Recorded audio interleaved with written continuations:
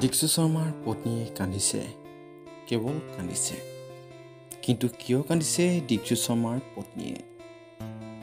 আপোনালোকক সকলোবোৰ জনাম এই ভিডিঅ'টোৰ যোগেদি। আপোনালোকে ভিডিঅ'টো শেষলৈকে চাই থাকিব। অভিনেত্ৰী চুমি বৰা আৰক্ষীৰ পৰা পলায়ন কৰি আছে।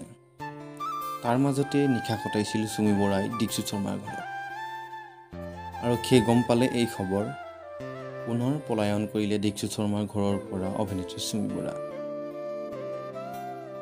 বন্ধু বান্ধৱীসকল, আপোনালোকে নিজেই শুনি লওক কণ্ঠশিল্পী দীক্ষিত শৰ্মা আৰু তেওঁৰ পত্নীয়ে কি ক'লে।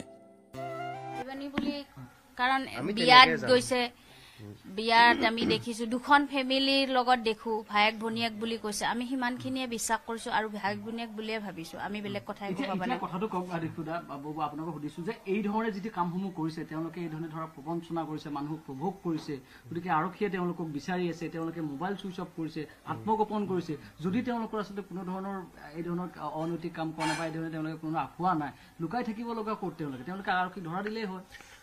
মইতো সেইটোৱে ছাজেষ্ট কৰিছিলোঁ, আমি দুয়োজনে ইনফেক্ট, যে ইয়াৰ পৰা ওলাই তোমালোকে গৈ পেলাই ডাইৰেক্ট পুলিচৰ তাতে ধৰা দিয়া, বা তোমালোক যদি ফোন আহিছে যিহেতু অচি থানাৰ, তোমালোকে আওকাণ নকৰিবা।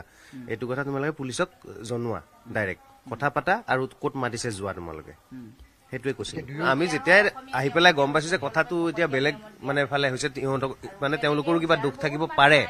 চ' এনেকুৱা অৱস্থা জনাৰ পিছত আমি যাবলৈ কৈছো তেওঁলোকক আৰু পুলিচক চাৰেণ্ডাৰ কৰিব কৈছো, বাছ ইমানে কথা। আল্টিমেটলি আমাকে ফচাই থৈ যোৱা যেন হ'ল, যে আমাৰ লোকেশ্যনটোত মানে চুইচ অফ কৰিলে।